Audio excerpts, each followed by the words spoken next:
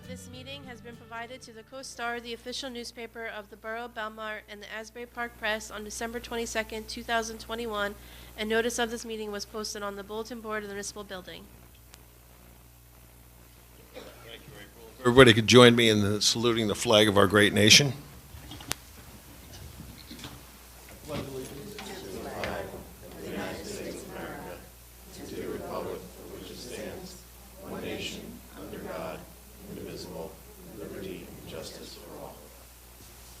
Could just remain standing for a moment of silence for our troops, their families, and all our first responders. Thank you. Okay, just have to take roll call. Councilman Brennan? Here. Councilwoman McKinney? Here. Mayor Walsifer? Here. Councilman McCracken? Here. And Councilman Carvelli is absent. Okay, couple things on workshop. The first thing we have is I've asked our CFO Lorraine to come tonight. As we're starting to look at the budget and started to put it together, we've been looking at the beach utility, and it looks like there's going to have to be some type of a change as far as the monetary amount that is coming in. And basically is that with the salaries going up down there, and we're trying to move towards the $15 an hour minimum wage that we have to do, the average salaries have been going up almost $300,000 a year. So, and with the summer that we had last year, and we could only budget based on the summer of last year, it looks like that we're going to have to do some increasing down there. But I want our CFO Lorraine to discuss some of the numbers and some of the things that she has found down at the beach utility. So, Lorraine, if you can.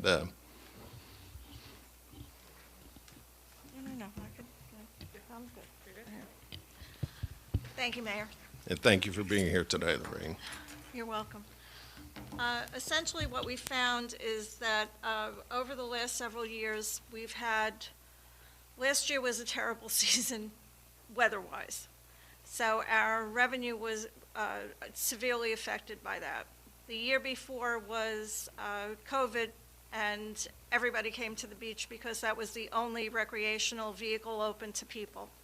So what I did was I took an average of the last 3 years of beach badge sales, and in comparison looked at the budgets and the estimated budget for 2022 to come up with a figure of what we're going to need to raise in order to cover our expenses. And the bottom line is that we have to budget as if we were going to have 101 days of perfect weather, and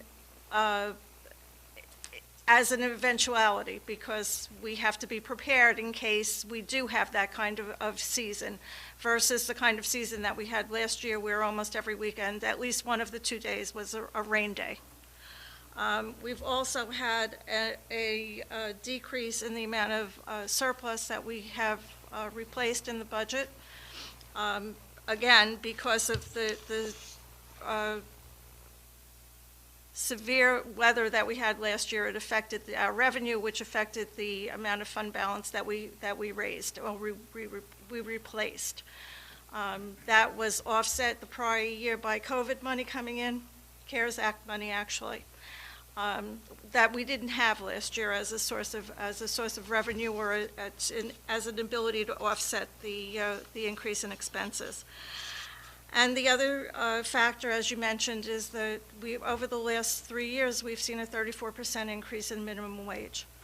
And there are further upward pressures on wages because in order to maintain and keep our staff, we are going above and beyond the minimum wage requirements in order to keep our staff. So with all of these factors taken into consideration, you have received an information sheet that gives you some scenarios, raising a beach badge fee, raising a parking fee, what would happen if we didn't raise fees. So the bottom line is, it's entirely in the council's court to see how you want to approach this upcoming season. But it is something that we would need to, some action that needs to be taken before the end of the month, at least an initial action. Thank you. I know everybody has the figure sheet in front of them with a couple different scenarios. One of them is raising the daily badges from 9 to 10 and raising the parking to 2, and the other scenario is leaving everything the same and raising the daily badge to 11. I know that still, looking at the numbers, brings us a little bit short. And for the past 3 years, I've been working with the state legislators to try to get a half-price badge between 12 and 16, but we have no movement on that. I know we've talked about in the past lowering the age to 14, but you know, we hear from our lifeguards every year, we hear from the beach director, we hear from all the beach attendants down there that we have to lower the age to 14 because our 8th Avenue beach, or 16th, or 17th, 19th Avenue beaches are inundated with all the kids coming in because they know our beach is free. So those are the different things that we got to take a look at. We have nothing on the agenda tonight. I just wanted to get some dialogue out there between the council to see which direction we really want to go in. It's something that I think we could not just sit back and do nothing, because we don't want to get into a situation where our taxpayers are starting to supplement the beach. So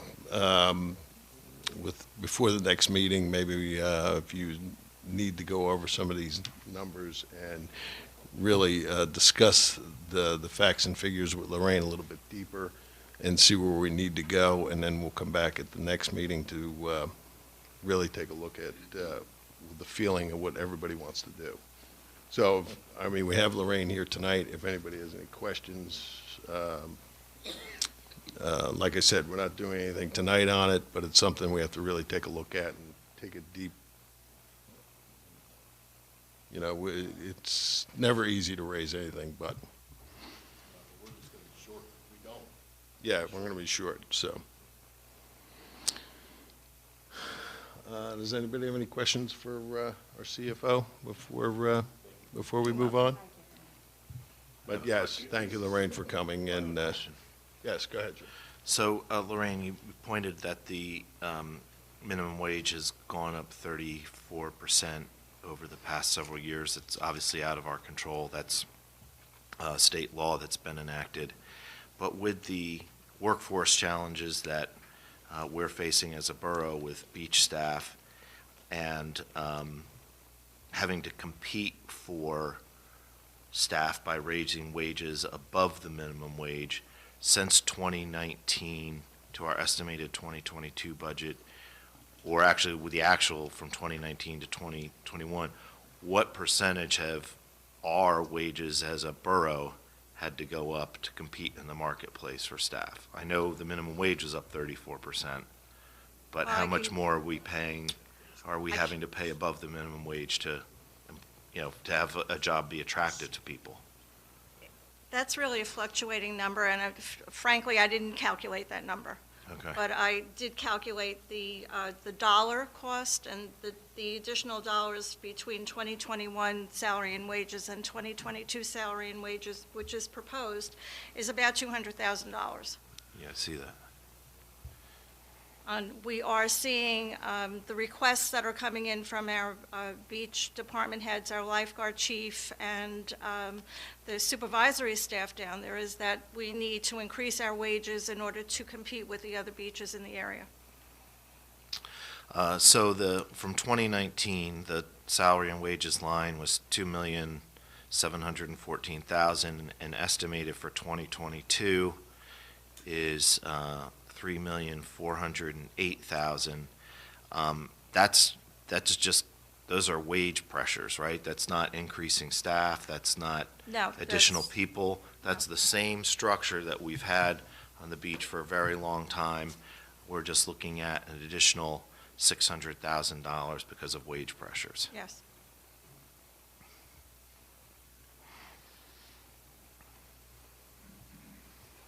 Anyone else have a question?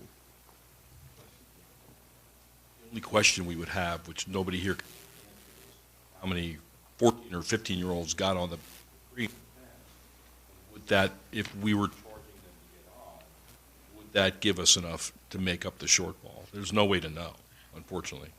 Unfortunately, that's not something Right. I can calculate. No. But I can tell you, as, you know, as someone who worked at a gate for many years, it would sure make the job easier if 14 and 15-year-olds were part of the crowd that pays, because it's tough. I can speak for the gate attendants. It's really, really tough. And the mayor's right. I mean, a lot of these kids come here because they think they can get on for free, and they think they can lie about their age and get on for free. And, you know, I think it might make it a lot easier for the gate attendants to do their jobs if we had that kind of, if we had that, we'd take that kind of step.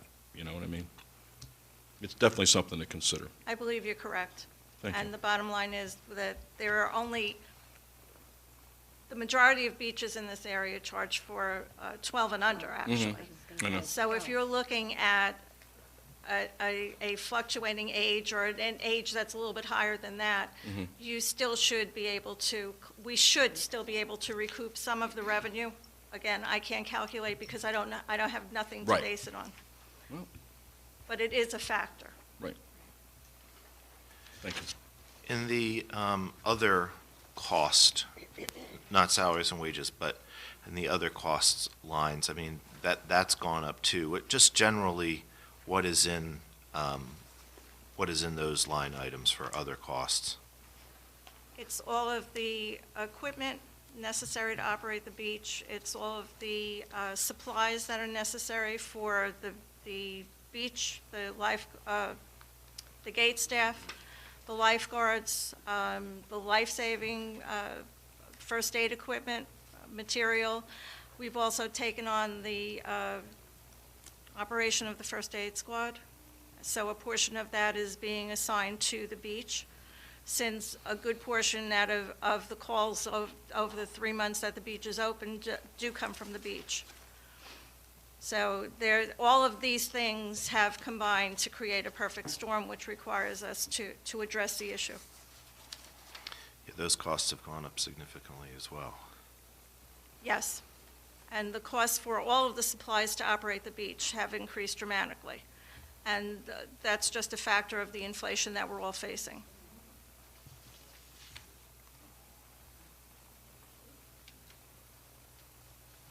I think it's also important to note that, you know, in each of these scenarios that you've proposed to us, the adult badge and the senior badge, you're not proposing any change. It's in the daily badges and the parking, which typically, I would guess, you know, are more daily visitors, out-of-town folks, which increase the cost of operating the municipality in general, so, you know, we're asking them to share in some of those increases. Yes.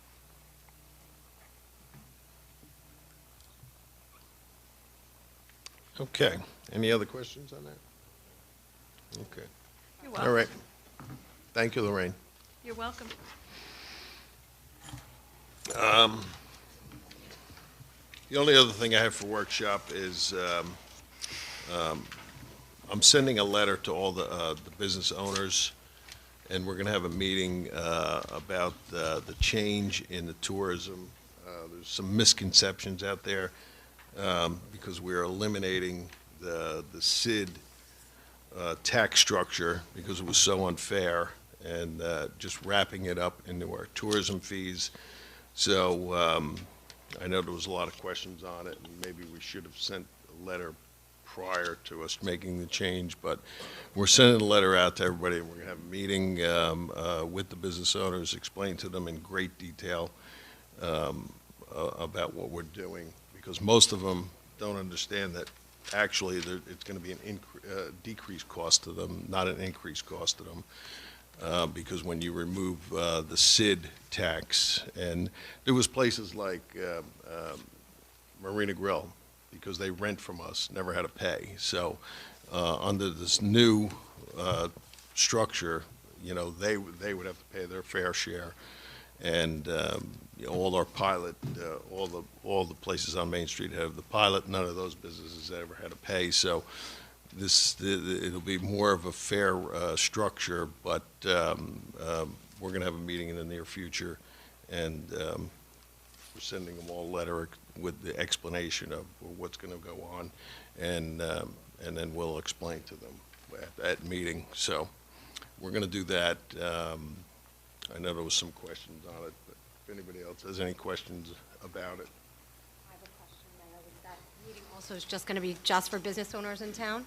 Just business owners, yes. Just the business owners? Yeah, all the And ones all that business owners. have to pay into tourism or the SID, and explain to them what we are actually doing for them. And 90% of it's going to be lower costs, so. We took a good hard look at how it was being structured and the overlapping costs that were happening. And I had a lot of discussions with the president of the BBP and told him exactly what we were doing. And it's we were lacking in the communication to them, but we're going to straighten that out. All right, and I think that's all I have for workshop. Anybody else have anything?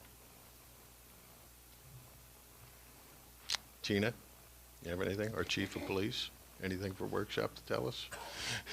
I don't know if anybody saw the article in the paper this past week in the Coast Guard. All of the officers, Belmar Police Department have been equipped with body-worn cameras, so you'll be seeing them on there somewhere in their chest area, depending on how tall or short they are, is where it's being placed. The Attorney General, thank you. Sorry. New Jersey's Attorney General put out a mandatory requirement for body-worn cameras for all uniformed and plainclothes police officers. So as of February 1st, all of the Belmar police officers have been equipped with them. They're getting used to them, and I think it's a very good thing for our officers, definitely with transparency and moving forward. So if you happen to see a little red light, that means it's recording. They do have to have them on with any interaction with the public. So, you know, just so you guys are aware, if you need any information on it, we did post it on the website and on our Facebook page. And also, we're working on enhancing our community policing so that all the officers are involved more heavily in the community policing. We sent out John Sabia was helpful in getting all of our officers on a email list instead of you just having the one officer, which was usually the sergeant of the shift, emailing you. Now all of the officers will be emailing you from their PD website, their PD emails, just putting out information for, you know, so the residents are aware of what's going on in town, and their information to where you can contact them if you have any concerns or complaints or any suggestions. Yes, you have a question? Chief, I have a quick question. Yes. Will the special police that come on in the summer, the additional police, will they be also trained on the body cameras and all that too? Yes, So so they're the the way ones that that interact with the requirement most- is all sworn officers, so our Class 2 officers that work mainly at night will also be equipped with the body-worn cameras. We haven't trained them in them yet. We didn't want the first day of them wearing them to be St. Patrick's Day parade, so we're going to wait till after the parade, and they're going to be all brought in and trained on the cameras. You're welcome. Thank you. Not the special ones. No, not at Okay. this time. Right, okay, good, thank you. And I want to introduce our public works our acting superintendent, Billy Busto. So if anybody doesn't know him, Billy is with us tonight. He is in the acting position until we make a superintendent, since we have John McGuire retired since January. So, and I hate to put you on the spot, but do we have anything from DPW? Okay. Okay. I didn't think so, but I figured, I'll ask. But thanks for being here, and so he's our new superintendent in the acting role right now. All right. Anything else before we move on? All right. April, we have any petitions? We do not have any petitions. Okay. Approval of the minutes, February 1st. Can I have a motion to approve the February 1st minutes? Motion. Councilman Brennan? Yes. Councilwoman Kinney? Yes. Mayor Walsifer? Yes. Councilman McCracken? Yes. All right. Reports of council. Council President McCracken. Thank you, Mayor. The Belmar Housing Authority wanted to commend the Department of Public Works for the great job that you've done in working to clear the snow for our seniors over there.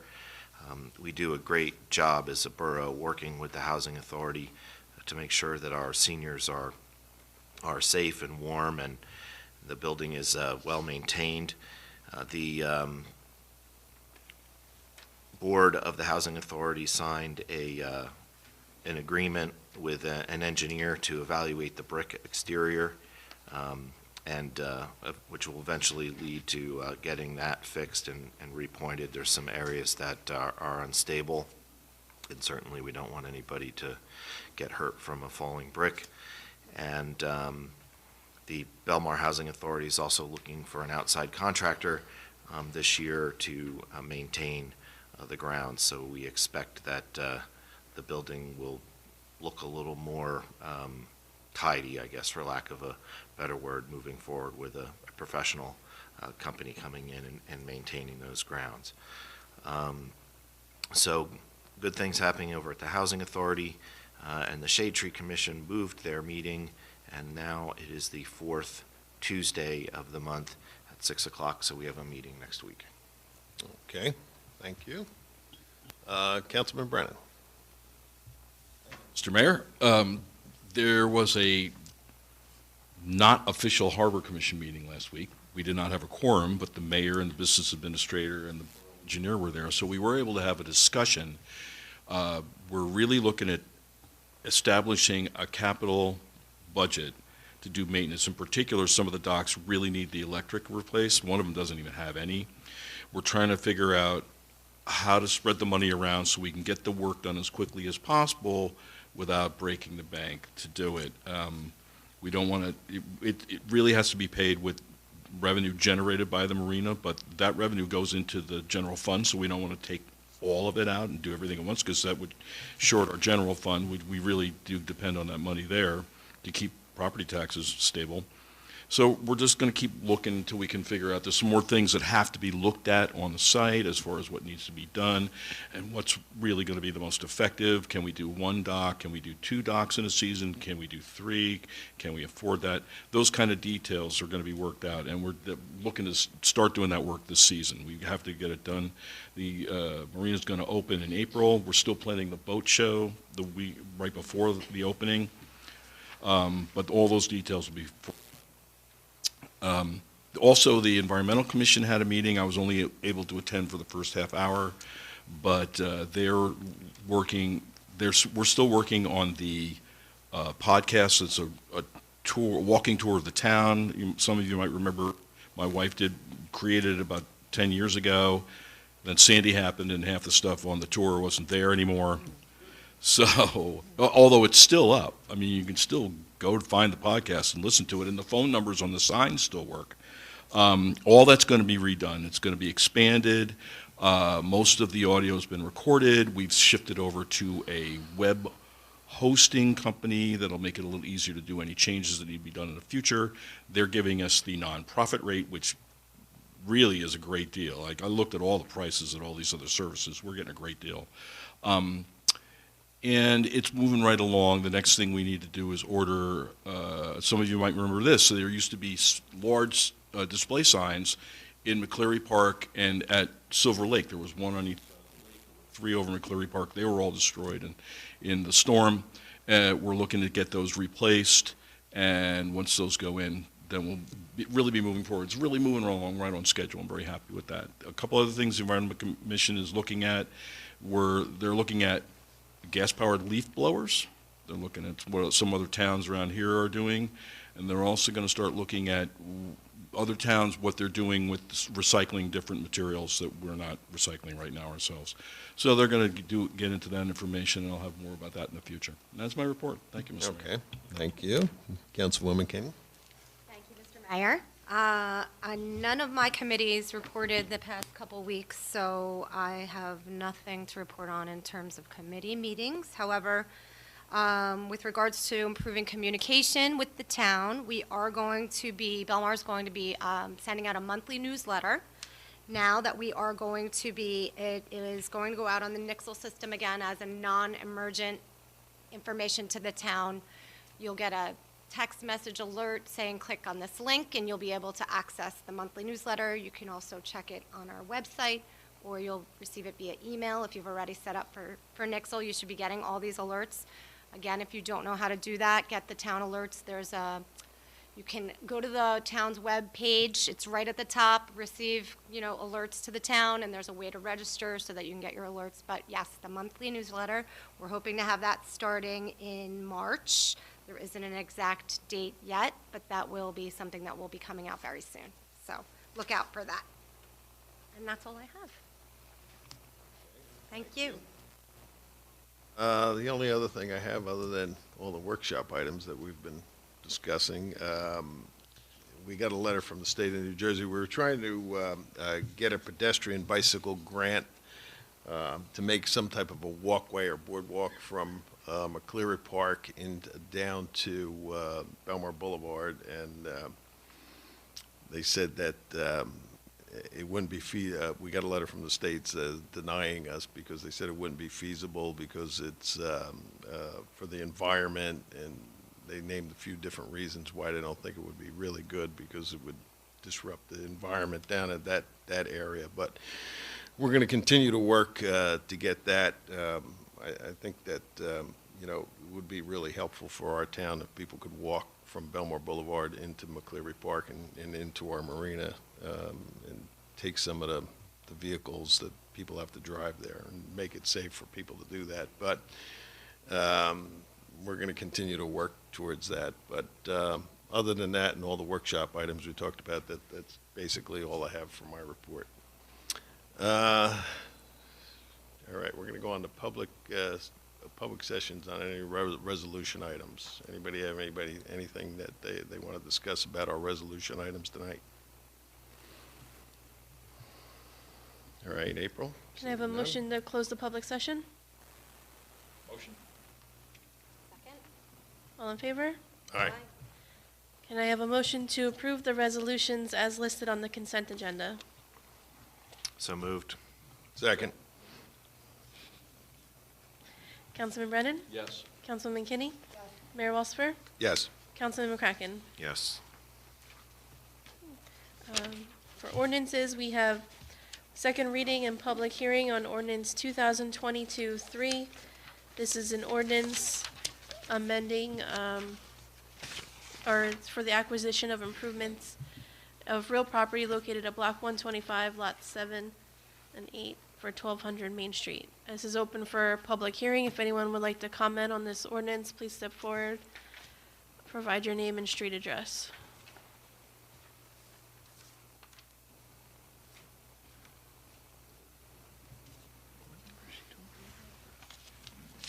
Mark Levis, Great. 904 13th Avenue. I just want to ask the council if you guys would have considered this ordinance if it had not been for the presentation you had previously seen on the proposed Mediterranean project. 1200 Main Street? Wait, Oh, I sir, I'm apologize, sorry. I'm on the Yeah, wrong ordinance, aren't I? wrong one. Yeah, this is dealing with the acquisition of the property to be used for the first aid building. That ordinance has actually been tabled until the March 1st, 2022, because we're still waiting on the planning board's review letter. Hey, how are you, Mayor? Joe McAvoy, 700 Main Street, right across on the corner. I Hi, just Joe. have a question. It's on the Department, New Jersey's Department of Environmental Protection contaminated. Website, it's listed. And I'm just wondering if they're going to clean it up before they sell it to the borough, or are we going to get stuck with that tab? I'm glad you brought that up because in the contract, it is that we're going to be signing, whatever needs to be done down there is solely on the buyer. And if it gets to be a point, I mean, on the seller. on the seller. Oops, no, on the seller. It's going to be, all the costs are to the seller, and if it comes a point in time that we don't think that it could be environmentally clean, and we walk away, they have to owe us whatever money's put out. So that's previous to before the deal goes down. That's all previous before it goes down. Thank you. Yeah, we're fully aware of that.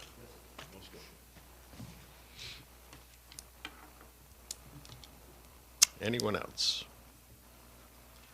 Okay, can I have a April? motion to close the public hearing? Motion? Second? All in favor? Aye. And can I have a motion to adopt ordinance 2022-3? I'll make the motion. Second? Okay, Councilman Brennan? Yes. Councilwoman Kinney? Yes. Mayor Walsifer? Yes. Councilman McCracken? Yes. Next is second reading and public hearing on ordinance 2022-4. This is an ordinance to exceed the municipal budget appropriation limits and to establish a camp bank. It's open for public comment if anyone would like to speak. Okay. Can I have a motion to close the public hearing? Motion? Second? All in favor? Aye. And a motion to adopt ordinance 2022-4. I'll move it. Second? Okay, Councilman Brennan? Yes. Councilwoman Kinney? Yes. Mayor Walsifer? Yes. Councilman McCracken? Yes. Next is second reading and public hearing on ordinance 2022-5. This is a bond ordinance amending bond ordinance 2021-11. This is open for public comment if anyone would like to speak on this ordinance. All right, seeing none? Can I have a motion to close the public hearing? So Motion. moved. Second? All in favor? Aye. And a motion to adopt ordinance 2022-5. I'll make the motion. Second? Okay, Councilman Brennan? Yes. Councilwoman Kinney? Yes. Mayor Walsifer? Yes. Councilman McCracken? Yes. And last one is first reading and introduction on ordinance 2022-6. This is an ordinance amending Chapter 3, Section 6.69, which is the tourism fee assessment. Do we have a motion to offer for first reading? I'll make the motion. I'll second. Okay, Councilman Brennan? Yeah, I just want to say, I like this version of the ordinance much better than the first one. And really, we did drop the ball on communications and appreciate all the feedback we got. And I think this is a much better approach to what we're trying to do. And I think in the end, everyone's really going to like this. So I'm voting yes. Councilwoman Kinney? As a business owner in town, I think this is a really good idea. I think it's really good that we can keep with the communication with the residents, so please look out for the information about the meeting if you are a business owner, if you know someone who's a business owner, so we can clarify the fees. So, yes. Mayor Walsifer? Yes. Councilman McCracken? I concur with my colleagues, yes. Okay, on the public session. Yes, John? Hi, John Walsh, 1101B. The ordinances, I just have a quick suggestion, or maybe someone can humor me. Is there any way, when we read the ordinance title, there could be some sort of synopsis? Or in layman's terms, I don't know, like the one April just read, number 21, 2001-11, I'm not sure what that is. Is there any way to get some type of breakdown when April reads them out loud? I'm sure people that are on Facebook right now don't have these in front of them. A perfect example is the one with the tourism fees. I was probably here the night you guys voted on it, and I didn't know it happened. And the businesses don't know it happened until it hit the bill. So is there any way, I mean, it would have been easier if the public knew what it was, so maybe we could have been like, wait, this isn't something that we should be doing, and then this problem doesn't happen, I don't know. Yeah, I had the discussion with the president of the the business partners, explained to him what was going on. On my part, I presumed he would put it out to everybody, but they didn't, so. Yeah, so not even specifically this It's- one. Yeah, so. Like maybe the communication agenda or flyer that you're sending out, there could be a section on the council that really explains what we're voting on here. I think it's a really good idea. Yeah, just You know, because I I'm think people confused don't when you read understand. these, and I don't understand. And that's Yeah. what we're gonna do. We're gonna deal with all the business owners before second reading. We're gonna have a meeting with them. We're gonna explain it in great detail to them. Yeah. So that if the business owners come here and they wanna discuss anything with it, but. Or even the lot number, I don't know that either. Yeah, Do you know what I mean? right. Like, the first, like, that could be explained to me as, this is where we want to put the first aid. Okay, I got that now. I had to talk to a few people to get that information. It's just not clear when we're voting on it that that's what it is. okay. So would it be something that if we put it up on the Facebook page or something on social media, just saying, this is what's going to happen, a synopsis of what the ordinances, Sure, would that yeah. suffice for the public to understand? I think, for me, yeah. Yeah, okay. Okay, All right, great. thank I think you. it's a All good right, idea. thanks, John. Thank you. Thanks, John. Well, my only concern is, I mean, what we're basically talking about is an interpretive statement. I understand Yeah, that too. right, I and mean, I mean, it would just, I- I get that, and I understand that it Yeah, could be, Interpretive statements are. But we if would it's just have not to make like- sure that what we were doing would be it's not legal. interpretive that we're buying this property for the first aid, right? Like, that's what it's going to be used for. So that's like an easy. Right, we're looking at doing that, right. So then that's not really interpretive, that's what we would use it for, right? Does that make sense? It's, I don't know, you're the lawyer. I hear what you're saying. I have significant concerns Okay. for the issue of just a misinterpretation of saying, well, this is what it said on the Facebook webpage, but then in the legal effect of things, it kind of has a more of a different tweak.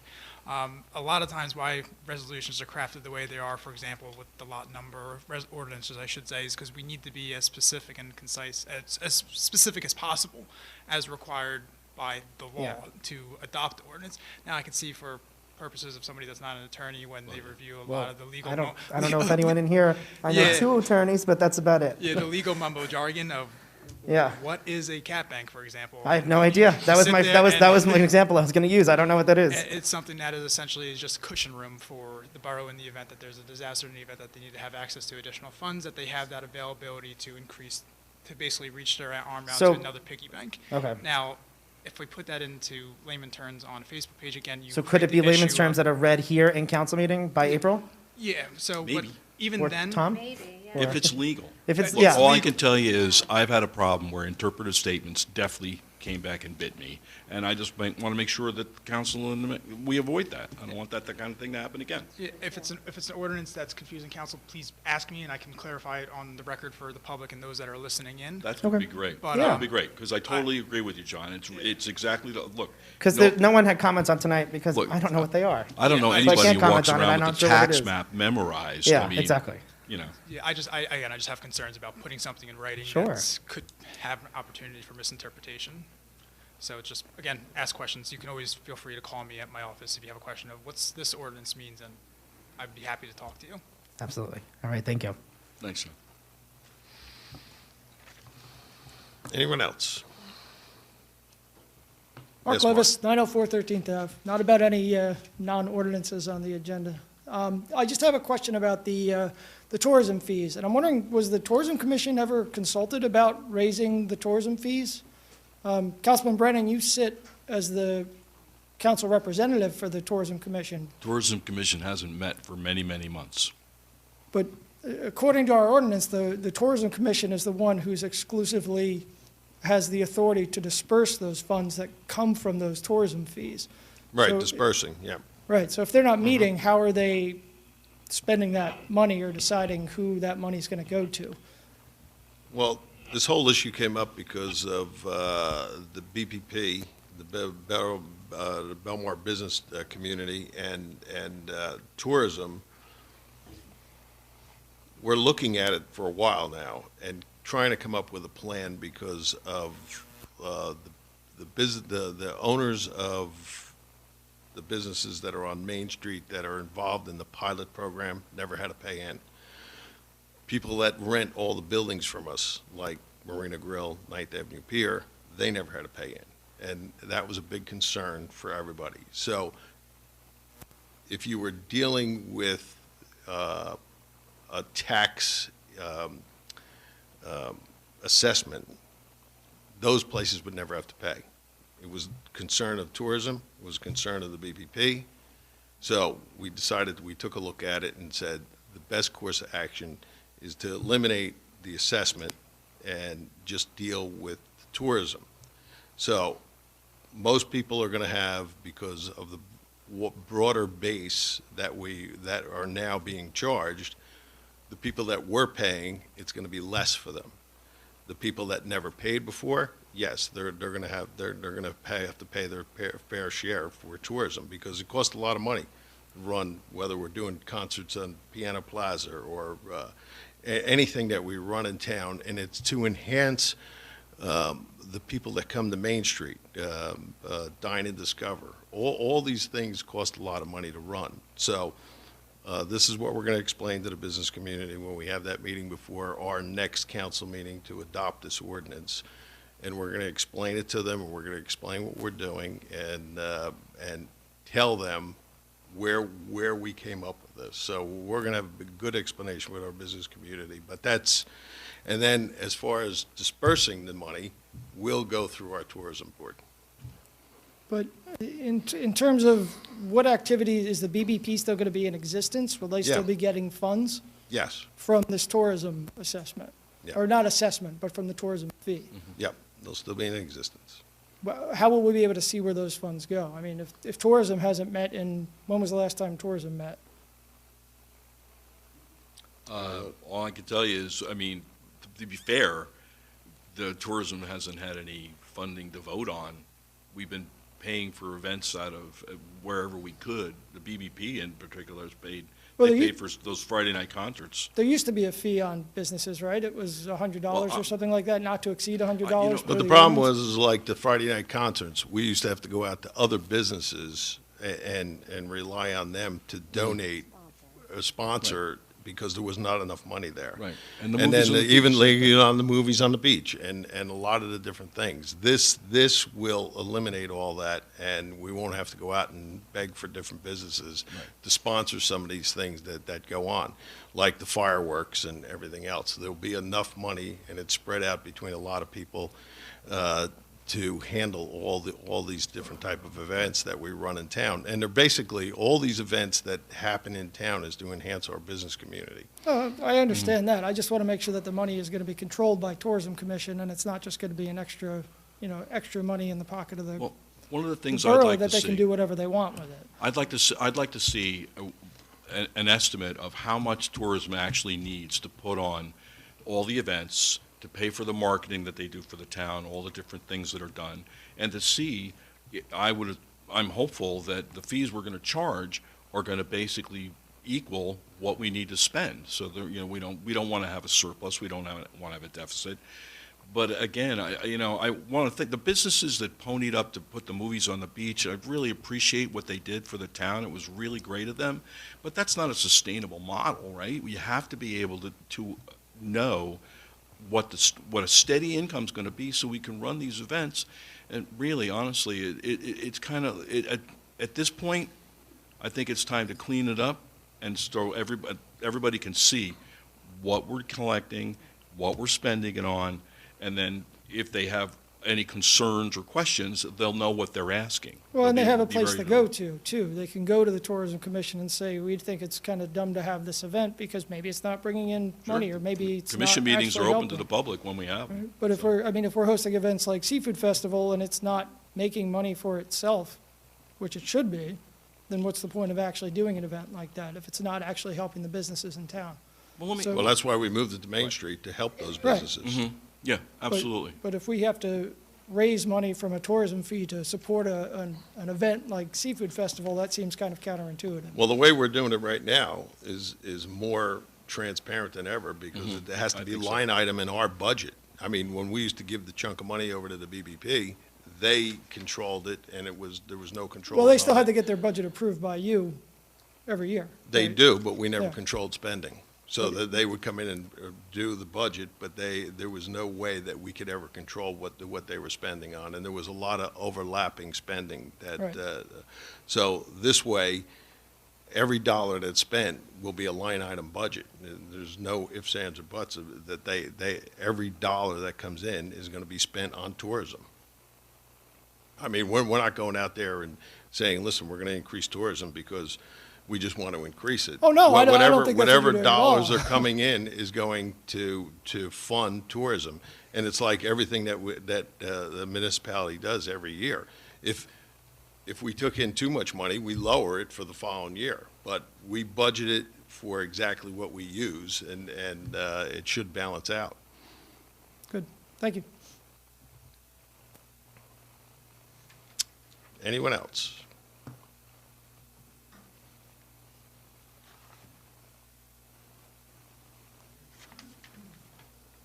Hi, Maria Rondinaro, 1246 Pine Tree Way.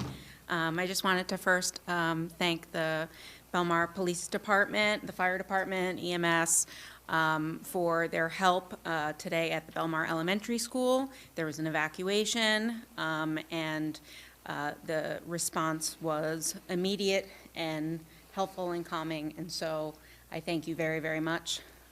There's nothing worse than thinking your kid might be in trouble.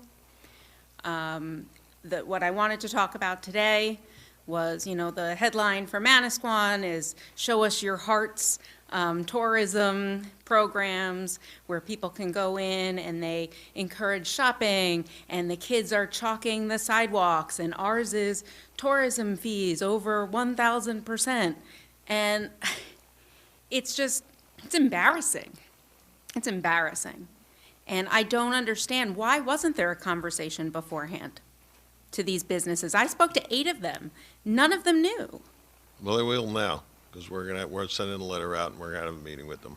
But I mean, you're the mayor, right? I mean, we've got people you're the leaders of our town, and our businesses didn't know that they were going to have an increase up to, from $100 to $1,000. I mean, why does a floral shop in town pay $500? It's easy for a business to call all the media and come up with that misinformation instead of calling us, because actually it's not an increase for him. We have explained to him that it's just about even. I think there's a $40 difference of what he was paying into the BBP and into tourism. So if he would have called us instead of calling all the media, we would have explained in great detail to him, but we're going to do that. No, you say if he would have called us. It's your job to call them. It's your job to let them know. Okay. And I'm just, it doesn't make us look business friendly at all. And I know you're going to work to do better. The rates are certainly better than the first ones, but it still doesn't make sense to me why a rental property that didn't get charged before or got charged $100 is now $250. It doesn't make sense to me why a floral shop that's just getting by after COVID is being charged $250. That's still too much. And even our boats, But did they explain to you that they don't have to pay into the BBP anymore during the tax assessment? What did they get from the BBP? I don't know What did they actually get from that? A lot of them didn't get much, and that's because a lot of them didn't pay into it, right? So it should be something. We need a chamber of commerce. We need something where people need to, contribute when they can, but not take everyone as, oh, okay, now you're all paying this, whether you're floundering or not. It's just not fair. It looks bad. Thanks. Anyone else? All right, April. I have a motion to close the public session and adjourn the meeting. Second. All in favor? Thank you, everyone, for coming out.